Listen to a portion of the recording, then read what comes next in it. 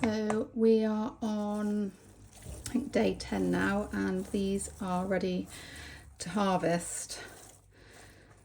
So they've got a lot longer than the sort of traditional microgreens.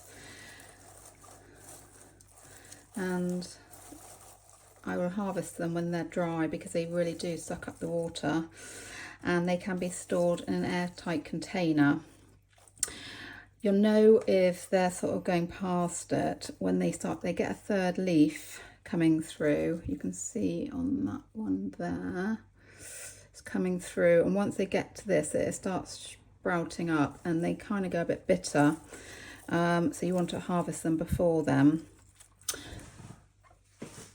So I'm going to get a sharp knife and down at the roots like this,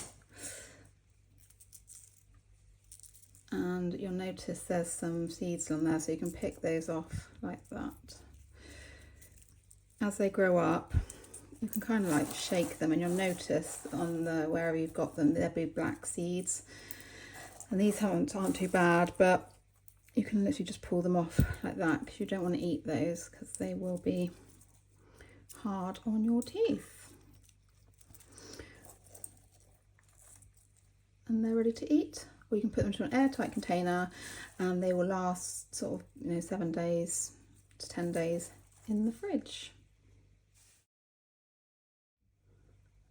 So I've harvested them now. You'll see a few that are still left actually. I'll just pull them out. These ones don't grow back as well as the other ones do, so I mean commercially we wouldn't let them grow back anyway, and you'll notice that the roots on these are a lot more than the other microgreens. So this can be either put into sort of compost waste.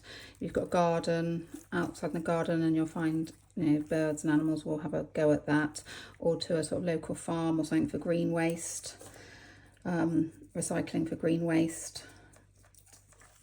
That's the best thing to do with those.